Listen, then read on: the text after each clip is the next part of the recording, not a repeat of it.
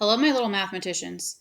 If you want to follow along with this, you can also find it in your textbook on page 457 and 458 in the Go Math textbook. Okay. Understanding mean absolute deviation, otherwise known as the MAD. Remember that the MAD value is trying to talk about the variability of your data. How spread out is it? Okay.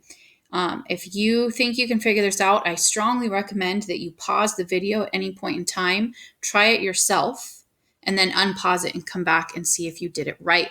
Also, there's going to be a lot of calculator work. So anytime that you use a calculator, please type it in, write down what you got, and then hit clear, type it in one more time, and double check that you got the same answer.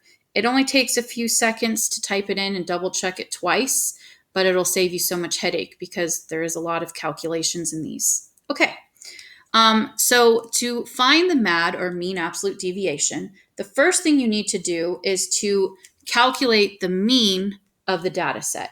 And sometimes they might ask you to round. In this particular time, they're asking us to round to the nearest whole number. Okay, so my data set for the mean, you don't have to put them in order from least to greatest. You just write them down. So you have 60, 58, 54, 56, 63, 65, 62, 59, 56 again, and 58. Okay, count how many numbers there are in that data set. 1, 2, 3, 4, 5, 6, 7, 8, 9, 10. Make sure you got them all. 1, 2, 3, 4, 5, 6, 7, 8, 9, 10. Yes. Okay, so add all those together. Hit pause, try it. Okay, now you unpaused. When you added all those, you should have gotten 591. Remember, since you don't have me to check you on a test, I would type it in, write it down, hit clear, type it in one more time, and make sure you got the same answer. Okay, now you take the all the numbers that you added together and divide by how many numbers were in the data set, and you get 59.1, which is the mean. And that's great. Normally, that's what you would write down. But in this particular instance, they want you to find the mean to the nearest whole number. So the 1 tells the 9 to stay a 9. So your nearest whole number is 59. So that is the mean value of this data set. If we're asked to find the MAD, our second step, because there's 3 steps, the first step is find the mean. The second step is to find the distance from the mean, which was 59, of each individual value in your data set. So what's the difference between 60 and 59? 1. The distance between 58 and 59 is 1. 54 and 59, the distance is 5. 59 minus 56 is 3. 59 minus 63 is technically -4, but the reason they say absolute as part of this is because it's the absolute value of the distance or deviation each number is from the mean. Okay, so the absolute value of -4 is just 4. We're just putting the positive distances that each number is from your mean. So 65 and 59 are 6 apart. 62 and 59 are 3 apart. 59 and 59 have a distance of 0. 59 minus 56 is 3. 59 minus 58 is 1. Okay, so we found the mean, we found the distance. Each data value is from the mean. Now our final step to find the MAD is we find the mean of those distances. So my distances here were 1, 1, 5, 3, 4, 6, 3, 0, 3, and 1. Okay, there should be 10 data values here. So divide by 10.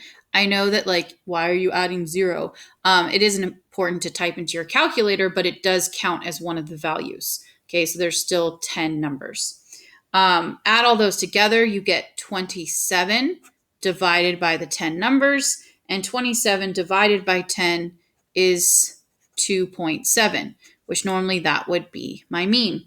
But it said, please round it to the nearest whole number again. So if it's 4 or below, it tells this number to stay the same. If it's 5 or above, it tells this number to go up. So the 7 tells this 2 to go up to a 3. So 2.7 is approximately 3-ish. That is the MAD value for that data set.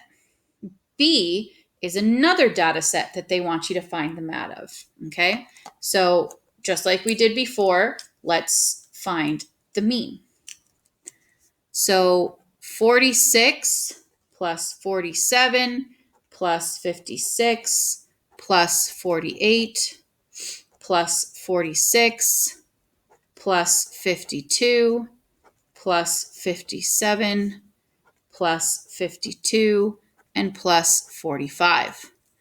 Okay, there were 1, 2, 3, 4, 5, 6, 7, 8, 9 numbers in the data set. 1, 2, 3, 4, 5, 6, 7, 8, 9. Yes, I got them all. Okay, so go ahead and type all those into your calculator.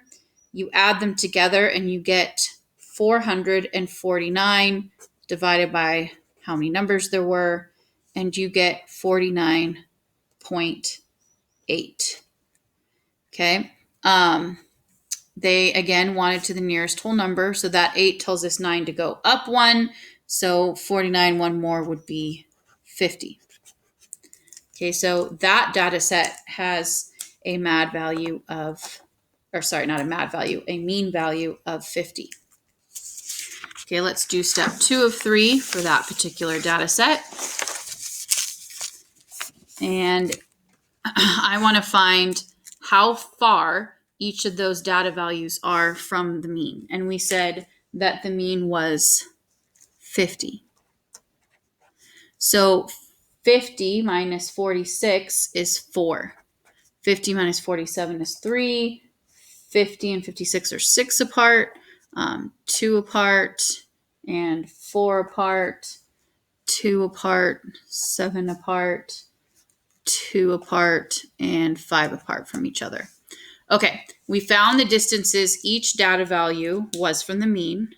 So now we're going to find the mean of those distances to give us our MAD value. Okay, so we had 4, 3, 6, 2, 4, 2, 7, 2, and 5. And there was 9, I believe. 1, 2, 3, 4, 5, 6, 7, 8, 9. Yes, 9 numbers. Okay, so add those 9 distances together and you get 35. 35 divided by 9 is 3.8. And they said they want it to the nearest whole number. So that 8 tells this 3 to go up to a 4. So for part A, your MAD value was 3, remember? For this one, your MAD value was 4.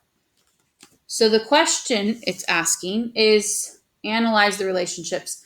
Compare those two MAD values from part A and B. How do the MADs describe the distribution of the heights in each group? Okay, because part A was one set of heights and part B was another set of heights. What does it mean to have a higher MAD? Because we established that this is 4, the other one's 3, but what does that mean? Okay, what do you think? Well, the MAD in part B is greater, okay, because it was 4 versus 3. And what that means is the heights in part B are more spread out from the mean than the heights in part A. Okay. So this is talking about the variability. Your data set is more spread out. They're not all close to the average in part B as they are in part A. I mean, not by that much. There's a difference of 3 versus 4. So they're still pretty close together, but at the same time, part B has a greater variability. And we found that out by comparing their MAD values. So hopefully this helped you understand what MAD is used for just a little bit better.